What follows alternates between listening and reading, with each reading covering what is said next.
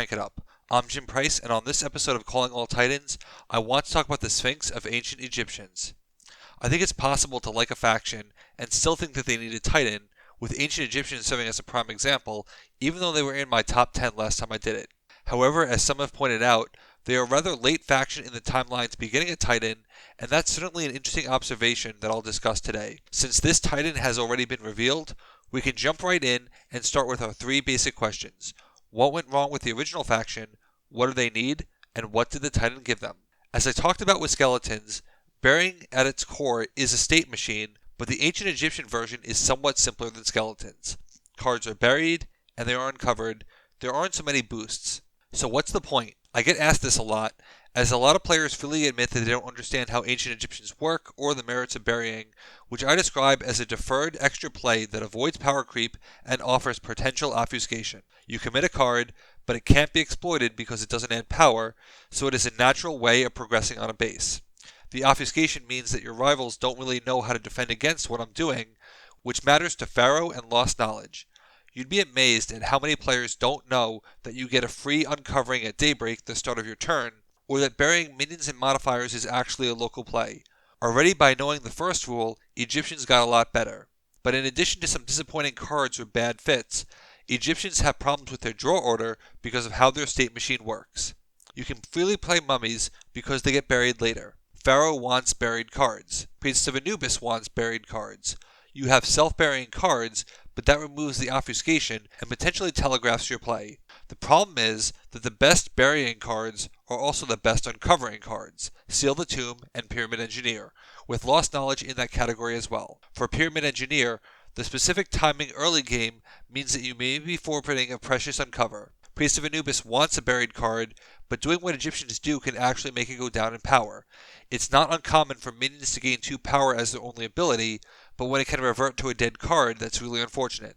You are effectively discarding a card since it needs to stay buried, unless it's phase 3 where the power matters less. Egyptians have a lot of upside plays, but the general act of burying and uncovering puts a lot of weight into too few cards, with skeletons perhaps being an overcorrection. Thus, it makes sense that ancient Egyptians would get a Titan, but is Sphinx the answer? Sphinx has the entry criteria to return a buried card at Daybreak and replace it with Sphinx. This doesn't consume your free uncover unless it was the only buried card you have. If you have 2 buried cards, you can still uncover the second. Sphinx has the talent to bury a card from your hand on its base. On the first turn, this can simply replace the buried card, potentially at the cost of the Daybreak uncover. But what this does is let you potentially exchange, or not, a self-burying card. Yes, I buried Tomb Trap to play Sphinx, but what did Sphinx put back? That is a nice aspect to Sphinx, as it leads into the obfuscation that I mentioned earlier. At the core of Sphinx's ability comes the most fundamental question. What do ancient Egyptians need? More burying or more uncovering? Another way of asking this is, what should Seal the Tomb be used for? Mass burying or mass uncovering? For what it's worth, Seal the Tomb really should have been a double feature.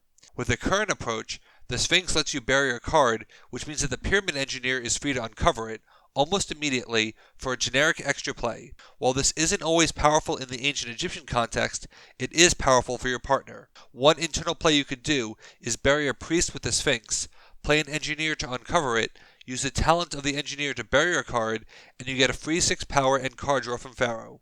And this is pretty satisfying. But is it burying? Technically, I buried the card, but it was buried for all of 5 seconds. Granted, ancient Egyptians could always do this with a self-buried action and engineer, but at least it wasn't free. It wasn't an extra play, it was using your regular plays and playing faster. The ability to leave cards until Daybreak was still there. But by making it easier to play faster, you have to ask why bother burying at all. It's not a deferred play, and it isn't really obfuscated either if you just reveal it 5 seconds later. I know a lot of minions disagree with me on this, but I remain convinced that the Sphinx, or some card, should grant an additional uncover at Daybreak. I insist on this because it makes burying actually matter. It means that it really is a deferred play, and it incentivizes you to plan a turn ahead and try and go for big plays. It doesn't make Egyptians faster, but we have enough fast factions. It makes them more consistent by letting them do their original game plan and do it to the best extent possible. If burying becomes a single turn ability, it's just rules bloat for no tangible value. Plus, it would actually solve the issue of the fact that mummies take an eternity to uncover.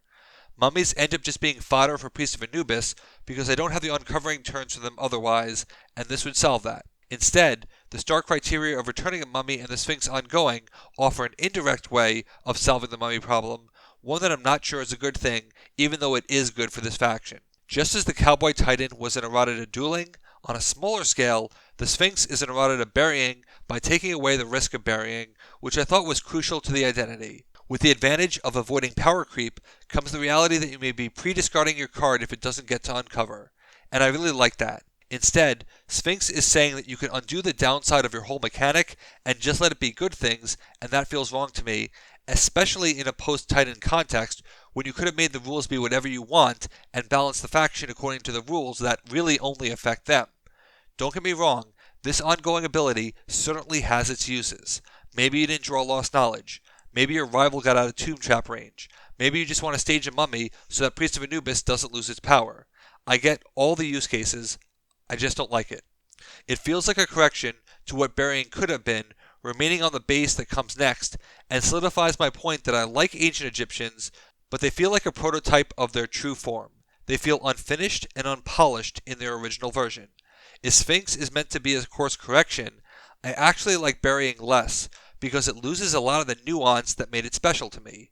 Now it's basically, you either get extra plays, or you get one of them back, and the only downside was that the card wasn't in your hand for a short duration. To put it simply, burying is becoming a bit of a gimmick, and your reaction to Sphinx depends on how you feel about gimmicks, as there is an entire spectrum of reaction among the players I talk to frequently. Many aren't bothered by this if it works, and it does work, but I think understanding burying is really important because otherwise you may end up with overcompensation like skeletons and completely tank the design space, where every card references burying because you don't know what else to do with the design space. I like that ancient Egyptians have a sub-theme unlike skeletons. I just think it's a bad sub-theme. Burying is all about Daybreak, and it would have been easy to create a Daybreak-style Black Trooper effect for start-of-turn effects. Given that Sphinx is returning burying cards and burying them as well, there aren't a lot of direct correlations for other factions, even though there could have been, and there is an obvious way to treat uncover reactions that I'll leave for you to discover for yourself. It's actually quite elegant and simple. I did want to at least mention some combos, however, since I've had too many videos that were too long and comboless as a result. One thing that the Sphinx does well, regardless of its obfuscation status, is a come-at-me style play, where you are betting or bluffing on that buried card. Maybe it's a Tomb Trap. Maybe it's a Stronger Destruction card. Maybe it's a minion. Maybe it's a bluff to overpay. If done well, the other player will never know. Given my fondness for burying Pyramid Engineers, where I bury 2 cards with the same engineer, uncovering Pyramid Engineer to uncover the second card, this can be used to bait players into rushing or making them think that I am doing so. Because buried plays are largely local, standard actions and their global nature matter tremendously. Combining these two facts, who do we get? Mythic horses. Bury adventure power.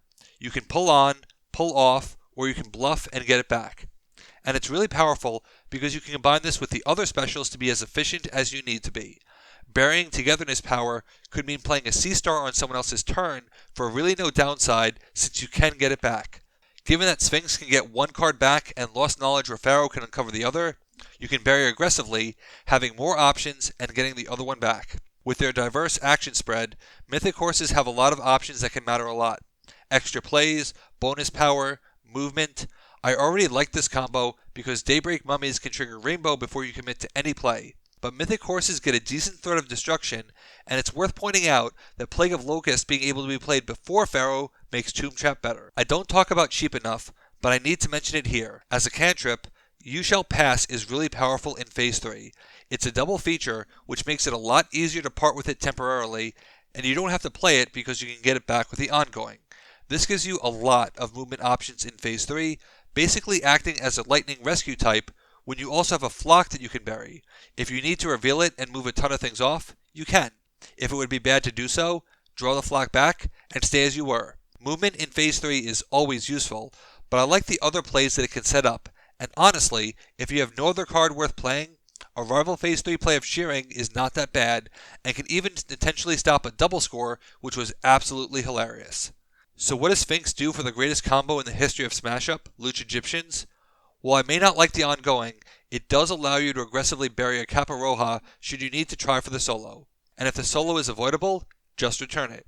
This surprisingly antagonistic combo can now utilize all of its weapons in Phase 3 while simultaneously setting them up for Phase 2, giving them more dimension to their playstyle. Given that quick setup was my most common bury target, being able to pull it back does make a difference, but not to the extent of Caparroja because this team has no minion recursion. If anything, it makes your rivals overcommit more so that you can be more efficient, which matters when you set up their solo plays, and everything Lucha Egyptians do, they now do better. And you can see that the pattern will generally continue for other factions like this. The talent to bury gives you extra plays that anyone can benefit from, and the ongoing play creates some risk-free lightning rescue types where you only have to worry about a clash. And ironically, should you clash, then that card you'd want to save can be returned by the Sphinx anyway with its special condition. One thing that the Sphinx does do well is get to the point, at least the point it is trying to address. While many other Titans contain a lot of bloat, like they are trying to cram in as much as possible, Sphinx is direct and concise, almost like an Anachrony when compared to the rest in the set.